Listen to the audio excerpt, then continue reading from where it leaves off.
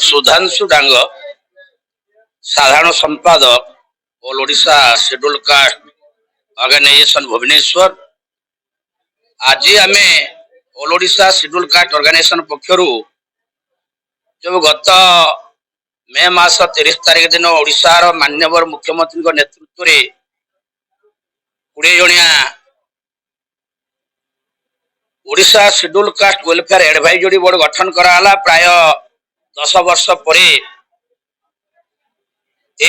सदस्य मानू आम संबर्धित करूँ। आज एमर माननीय नियाली विधायक श्रीजुक्त छवि मल्लिक महोदय जगदे जो माने आज को प्राय 45 वर्ष हम ओडिशार नकली देवार तथा केउट धीवर कैवर्त्य मानू संपूर्ण एसी तालिकार हटेवाई आज आम संकल्प नहींचु। या सहित जो आमर मेहनतर जाति अच्छा जी कि संपूर्ण भाव में अस्पृश्य लोक तांकु भूल वस्तु आज शेड्यूल कास्ट लिस्ट स्थानित करना ओडिशा सरकार एवं केंद्र सरकार तांकु मध्य आमे स्थानित करने आम आज ये बैठक में दृढ़ दाबी करिछु। एवं आज ये बैठक माध्यम जो नवगठित Odisha schedule caste welfare advisory board को मध्य आम दाबी करिछु।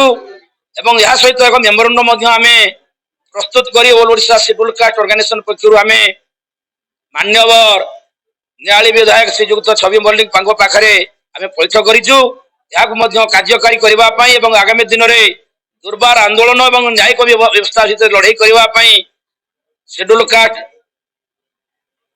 पक्षरु समग्र ओडिशा रे 30 जिले में एक कार्यक्रम को स्थानित करने आम निष्पत्ति नहींचु। या जदि सरकार कम समय मध्य कार्यकारी न करती ताहले आगामी दिन में सरकार एथिपाई राज्य सरकार और केंद्र सरकार संपूर्ण भाव में दायी रहे।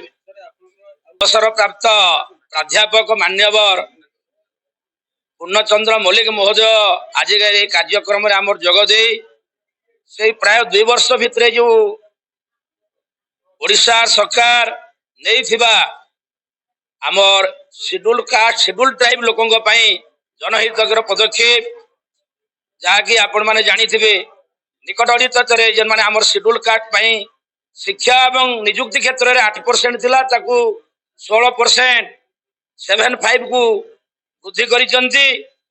ता सहित आबे केजी ठारू पीजी पर्यंत मध्य संपूर्ण आमर छात्र छात्री एडमिशन क्षेत्र में संपूर्ण मागणा करिसंती। ता सहित आबे भुवनेश्वर रे निकट अतीत रे आसंता डिसेम्बर 6 रे महाप्राण दिवस रे अंबेडकर भवन स्वभित्ति प्रस्तर स्थापन करने निष्पत्ति नहीं ओडिशा सरकार को बर्तमान आजिकार बैठक में जगदे सरकार प्रतिनिधि भाव में श्रीजुक्त पूर्णचंद्र मल्लिक महोदय आमको दृढ़ प्रतिश्रुति देते आम कृतज्ञता ज्ञापन करुचु।